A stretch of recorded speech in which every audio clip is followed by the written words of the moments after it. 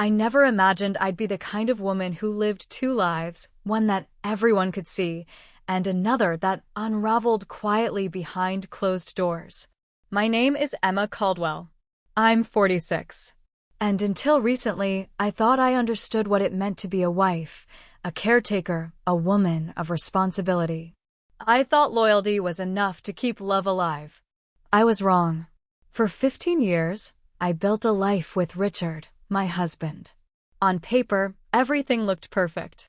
We lived in a quiet suburb outside Minneapolis in a two-story colonial-style home with a manicured lawn, seasonal flower beds, and a wraparound porch that neighbors often complimented. Richard worked as a high-level consultant.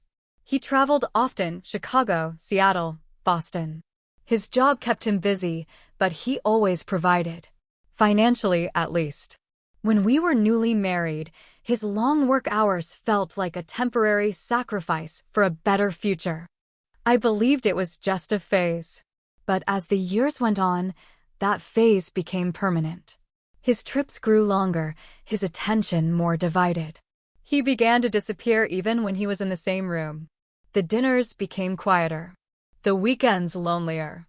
The bed colder. We didn't fight. Fighting would have meant we cared enough to argue. Instead, we drifted into silence. Our conversations became transactional. Did you pick up the mail? Can you grab more paper towels? What time is your flight? We were roommates wearing wedding rings, sleepwalking through a life we built out of habit, not hunger. I played the role I was expected to play. I kept the house spotless. I baked for church fundraisers. I smiled at the neighbors. But inside, I was fading slowly, invisibly. The kind of fading that doesn't happen overnight, but in 1,000 small ways. I stopped looking in mirrors. Stopped dressing up unless there was an occasion. I stopped feeling. Until one spring, everything changed. Richard told me he'd be heading to Seattle for a month-long contract. I nodded like I always did. Take care, I said. He kissed my cheek without looking me in the eye. And that was that. 1 week later, his son from a previous marriage came home for spring break. His name was Caleb. 22, tall and lean, with a quiet kind of presence that didn't need announcing. I'd helped raise him since he was 12. His mother had died of cancer, and Richard brought him into our home just a few months after the funeral. From the start, Caleb and I had a polite, respectful relationship. He never called me Mom, just Emma. That was fine by me. We had boundaries. Or so I thought. The next morning, the sun rose like any other day, but nothing felt normal. I moved through the house with robotic precision, pouring coffee, washing dishes, feeding the cat, desperately trying to cling to the illusion that I was still in control. Caleb didn't bring up the kiss. Neither did I. But it hovered in the air between us, thick and undeniable, like the scent of something burning in the next room. He offered to help make breakfast. I nodded, keeping my eyes on the frying pan. When he stood close behind me to reach for a plate, I felt his breath on my neck. I didn't move. My body stiffened, not from fear, but from the terrifying recognition that I wanted him to do it again. That realization haunted me more than any guilt could. For the next few days, we existed in a strange space, half denial, half obsession. We never spoke about that night, but everything else changed. Our touches lingered. Our eyes locked a little longer. When he passed me the pepper shaker, our fingers brushed, and neither of us pulled away. At night, I lay awake, reliving each interaction like a fever dream. I tried to reclaim the boundaries. I told him one afternoon, firmly, this can't happen again. He looked down, nodded respectfully, said he understood. And then, just hours later, he found me alone in the laundry room and said, "But I can't stop thinking about you." My resolve cracked. How do you explain a desire that feels both forbidden and fated? He wasn't a stranger. He wasn't just some passing temptation. He had lived in my house. He had once been a boy who called me by my first name, who I helped with homework, who I drove to soccer practice. And yet now, he looked at me like I was the only woman in the world. He began skipping outings with his friends to stay home with me. He brought me my favorite tea without asking. He fixed the squeaky cabinet that had annoyed me for months. Little things. Thoughtful things. The kind of things Richard hadn't done in years. One night, I found him outside on the porch, wrapped in a blanket, staring into the darkness. I joined him, unsure of what to say. He turned to me, eyes soft but intense. "You deserve to feel something again," he said. That night, I let go. What followed wasn't planned. It wasn't some fantasy I had nurtured in secret. It was raw, desperate, and terrifyingly real. And afterward, I felt both alive and hollow. Like I had stepped out of a coma only to realize the world I'd woken into was no longer mine. Each morning after, I expected guilt to crash over me like a tidal wave. But it didn't. What came instead was sadness, not just for what I had done, but for the woman I used to be. For the years I had spent pretending I was fulfilled. For the version of myself who had settled for silence and routine, mistaking it for loyalty. The weight of what had happened lingered in the air like humidity before a storm, thick, pressing, unavoidable. On the outside, nothing changed. I still did the dishes, still folded laundry, still clipped grocery coupons like I always had. But inside, everything was rearranged. Every breath I took was filled with questions I didn't know how to answer. What had I done? What did it mean? Was it just loneliness? Or had something deeper been unearthed? Something I'd buried so long ago, I'd forgotten it existed? Caleb didn't act like a man who had just crossed a boundary with his stepmother. He didn't avoid me, didn't flinch. In fact, he seemed lighter, more at ease. He hummed as he worked on the deck, brought in groceries without being asked, even laughed more. Meanwhile, I was unraveling from the inside out, trying to hold my composure like a crumbling dam holding back a flood. One afternoon, I found him in the backyard, shirt off, sanding the old deck with the kind of focus and ease only youth knows. I watched from the window longer than I should have, my hand resting on the sink, the sunlight casting shadows on the floor. And I realized with terrifying clarity, I wasn't just lonely.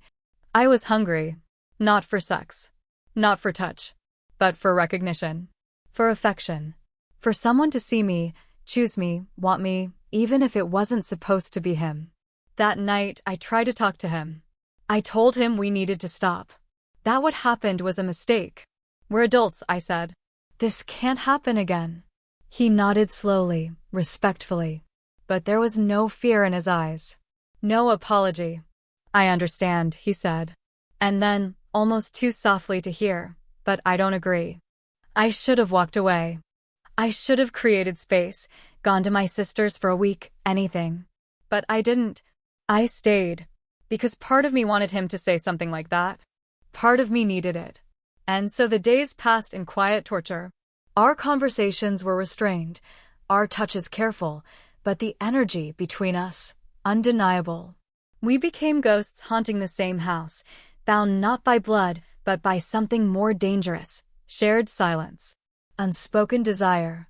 And then came the night it couldn't be denied anymore. It was after dinner. The house was quiet, dark, the kind of stillness that hums. I was reading on the couch. Caleb entered the room, barefoot, his voice low. "Do you ever think," he said, "that maybe life gives us these moments because it knows we need them?" I didn't answer. I didn't look up. He sat beside me. "You make me feel like I matter," he said. "Not because of who I'm supposed to be, but because of how you see me." I turned to him. His expression wasn't smug. It wasn't lustful. It was raw.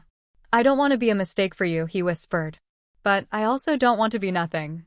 The words cracked something inside me.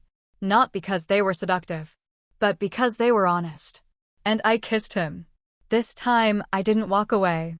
It wasn't just the kiss that changed everything. It was what followed, the silence that didn't feel like shame, the looks that no longer needed hiding. The way I carried myself through the house like I was no longer pretending. Something had shifted inside me. Something I couldn't put back. I tried to tell myself this was temporary. A moment. a blur born of isolation and unmet needs. But then I'd see Caleb in the doorway, shirt damp from yard work, smile crooked from knowing, and I'd forget every reason I gave myself to walk away. He wasn't playing games. He didn't pressure me. But he was there, in the hallways, in the kitchen, in the quiet places of the house where Richard used to be. It was like the space my husband had vacated had been silently filled by someone who, for the first time in years, actually saw me. But even if the world stood still for us, the calendar didn't. Spring break was ending. Caleb's suitcase appeared in the hallway on a Wednesday afternoon, half-packed. His energy changed. The stillness in him shifted to something quieter, more cautious. We moved around each other like ghosts, haunted not by what we did, but by what we hadn't dared say. That night, he found me in the backyard, standing barefoot on the grass, the stars above sharp and cold. "I leave Friday," he said.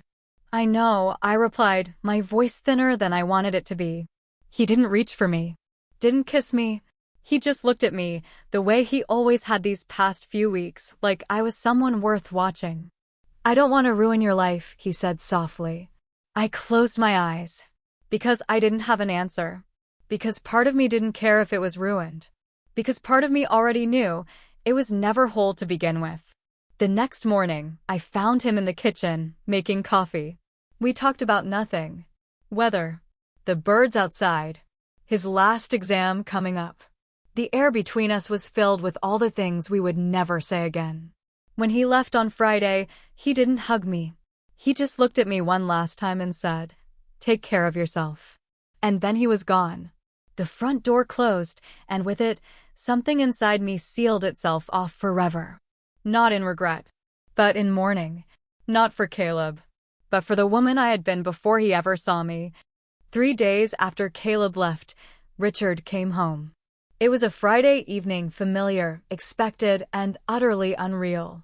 He entered the house with the same mechanical rhythm he'd always had, dropped his coat on the hallway hook, tossed his briefcase on the bench, loosened his tie with a sigh that meant nothing. "Hey, he said casually and kissed me on the cheek. I smiled back. Reflex, not emotion. And that was it. As if nothing had shifted. As if my life hadn't been torn open and stitched back together in a completely different pattern. We ate dinner together at the table. Chicken, salad, a glass of wine. He spoke about meetings, travel delays, clients who wanted impossible things. I listened like I always had, nodding, humming, asking polite questions. But the whole time, I kept thinking, he doesn't know. He doesn't see me. He talked, and never once did he look at me like he had missed me. Never once did he ask how I'd been. Not really. And how could he? Richard hadn't truly seen me in years. Not the way Caleb did. Not the way that made me feel like I was more than furniture in a home, like I mattered. That night, I lay beside him in bed. My body on autopilot. A shell. I stared at the ceiling while his breathing evened out into sleep. And I wondered if the version of me that used to ache for this man's attention was still in here somewhere, or if she had been replaced by someone bolder, lonelier, awake. The days rolled on. He resumed his travel schedule, his calls, his texts about dry cleaning and credit cards. And I resumed the part I'd played for years, Emma Caldwell, the reliable wife. The one who always knew where everything was, who remembered birthdays, who never asked too much. But something inside me had gone quiet in a new way. Not empty. Just changed, like a room I no longer lived in, but sometimes passed by and peeked into. Because once someone sees you, truly sees you, you can't unfeel it. You can try to move on. Pretend it never happened. You can tidy the mess, sweep the guilt into neat corners. But you'll never be the same woman again. I wasn't angry with Richard. I wasn't even angry with myself. But I couldn't go back. Not really. I had crossed something invisible. And even though I was still in this house, in this life, in this marriage, some essential part of me had already left. So I started walking, not to escape, but to return. To myself. At first, it was simple. Morning walks around the block. just to clear my head. But those walks grew longer. I'd take side streets I'd never turned down before. I started noticing mailboxes, garden gnomes, cracks in sidewalks shaped like questions I'd never dared ask. One day, I walked past an art studio and stopped. There was a watercolor class inside. I watched through the window. Women with silver hair laughing, mixing colors, creating without hesitation. I didn't walk in. Not that day. But I stood there long enough to know I wanted to. And wanting, that was new. Back home, I began rearranging the kitchen cabinets. Not because I had to, but because I was curious what it would feel like to put things where I wanted them. I started listening to music I hadn't heard in years, Joni Mitchell, Stevie Nicks, the old vinyls I kept hidden in the hall closet. I even lit a candle one afternoon, just for the scent. No reason. No occasion. I didn't tell Richard. Not about Caleb. Not about the walks. Not about the quiet changes unfolding inside me like a garden blooming behind closed doors. There were days I missed Caleb, not the person, but the way he made me feel. The aliveness. The attention. But I began to understand something I hadn't before. What I longed for wasn't him. It was myself. The version of me that hadn't yet given up. The one who still felt desire. Still held wonder. Still reached. Sometimes I stand in the mirror and just look at her. Not critically. Not searching for flaws. Just seeing a woman. Not a role. Not a possession. Just Emma. I started journaling again. Something I hadn't done since my 20s.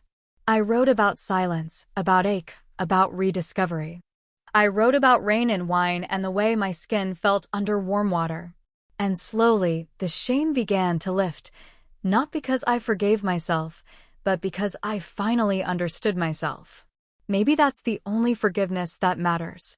Richard still travels. Still forgets to call. Still praises my roast chicken without looking up from his phone. But now, when I hear the garage door open, I don't hold my breath. Because I'm not waiting for him to see me anymore. I see myself. And maybe one day I'll leave. Or maybe I won't. Maybe the most powerful thing I can do is stay here, in this body, in this truth, and live it.